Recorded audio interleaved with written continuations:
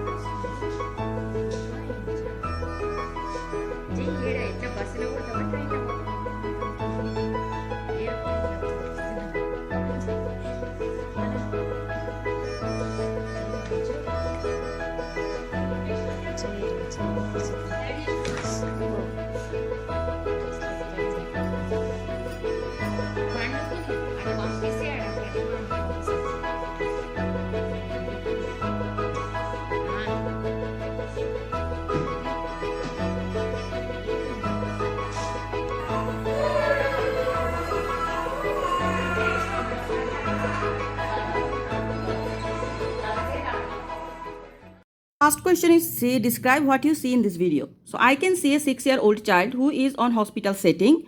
He looks small for his age. Though for his age and height, I want to plot on him growth chart. He looks not distressed. He looks active and alert. But I can see there is an NG tube attached, IV cannula on his left hand and an ECG leads placed on the chest. In first part of the video, he is sleeping in hospital bed. Then at the mid part, he is trying to walk, but he has an ataxic gait. The paramedics are supporting him to prevent him to fall. At the end of the video, he is walking without support. So as the team says that he has a fever 3 weeks ago and there is exanthematous rash, also ataxia. So my top diagnosis is post-viral cerebellitis. This is another description I collect, that is, I can see a child who is 4 years old walking on unsteady, unbalanced gait, searching for balance, tend to fall. He has intentional movement, abnormal movement when start to move. Comment on general condition, weight and height and skin rash. So that is this video. In video exam there is rash must be described. Okay. So it is a case of unsteady gait. What is your differential diagnosis? We know that on the top hour is post-varicella cerebellitis. So the DDR differential diagnosis are acute and chronic. Acute condition is post-varicella cerebellitis, drugs, labyrinthitis, acute disseminated encephalomyelitis, ADEM, GBS, Guillain-Barré syndrome, Miller-Fisher syndrome and trauma.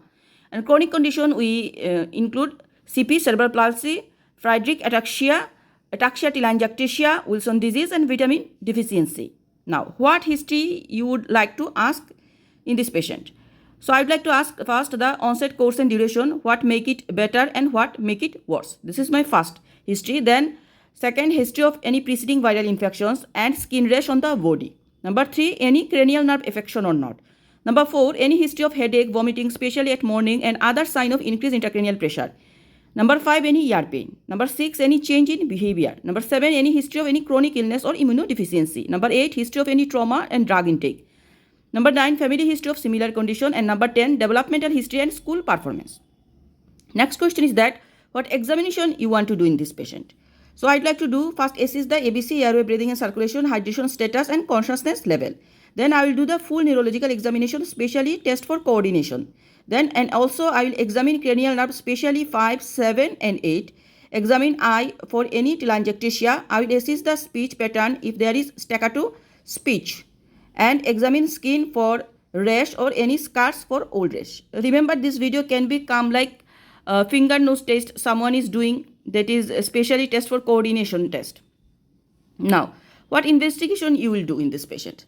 So the investigation, if it is a case of post-varicella cerebellitis, no need for investigation. If there is rash in the video and this is obvious case of post-viral cerebellitis, but if there is other cause or if did not improve after 48 hours or deteriorated, I will do the full blood count, CRP for infection, if still present viral serology, toxicology screen, if suspecting drug intake, antiepileptics like phenytoin, lumbar puncture if there is evidence of infection unless there is any contraindications. Brain imaging MRI after discussion with my consultant. Question is that what is your management plan? So in case of post-viral cerebellitis usually resolves spontaneously, does not require any treatment. I will involve multidisciplinary team. These are neurologist, SALT, social worker, family support, school and psychologist. I will give advice to mom for ataxia at home to make sure that home is safe and need to supervise the child all the time. Most of the childs will be completely improved from ataxia in 2 to 3 weeks with no problem in walking. Now, when to seek medical advice again? So, when seek medical advice? Number 1, when the child not improve after 2 weeks. Number 2, if ataxia return after it has gone away. Number 3, if the child develops high-grade fever, become confused, irritable, if developed abnormal movement. Number 4, if developed severe neck pain with fever and severe headache. And number 5, if condition is severe, not improve after discussion with consultant, may advise to start IV immunoglobulin or plasmapheresis. So this is all about the post-viral cerebellitis video, and please check my comment box. I always add important information. Please do subscribe and share. MRCPCH with Dr. Emma Choudhury. Thank you.